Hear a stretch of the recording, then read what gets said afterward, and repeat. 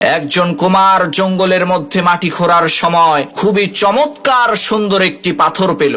সেই কুমার ওই সুন্দর পাথরটার সাথে গাছের লতা বেঁধে একটি মালা তৈরি করে তার গাধার গলায় বেঁধে দিল এবং জঙ্গলের সেই মাটিগুলোকে গাধার পিঠে তুলে দিয়ে বাড়ির পথে রওনা করল। পথিমধ্যে একজন স্বর্ণকার জহুরি সেই কুমারকে বলল, ভাই, তোমার গাধার গলায় যেই পাথরটা আছে সেটা কি তুমি আমার কাছে বিক্রি করবা? তখন সেই কুমার বলল, হ্যাঁ, বিক্রি করব, তবে দাম কিন্তু 100 টাকা।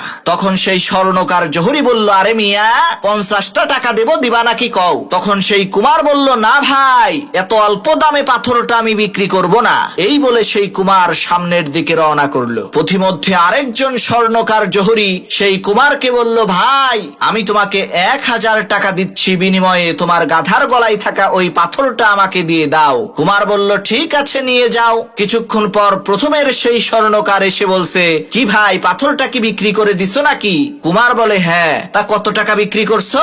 বলে যে 1000 টাকা বিক্রি করেছি। তখন সেই স্বর্ণকার জহুরি চিৎকার করে বলতে লাগলো, আরে তুমি তো বেয়াকুব, আস্ত একটা পাগল। ওইটা তো একটা মহামূল্যবান হীরা ছিল। ওই লক্ষ কোটি টাকা দামের হীরা তুমি মাত্র 1000 টাকায় বিক্রি করছো। তখন সেই কুমার বলল, আরে ভাই, বেয়াকুব তো আমি না, বেয়াকুব তো তুমি। ওইটা তো আমার কাছে শুধুমাত্র একটা সুন্দর পাথর ছিল।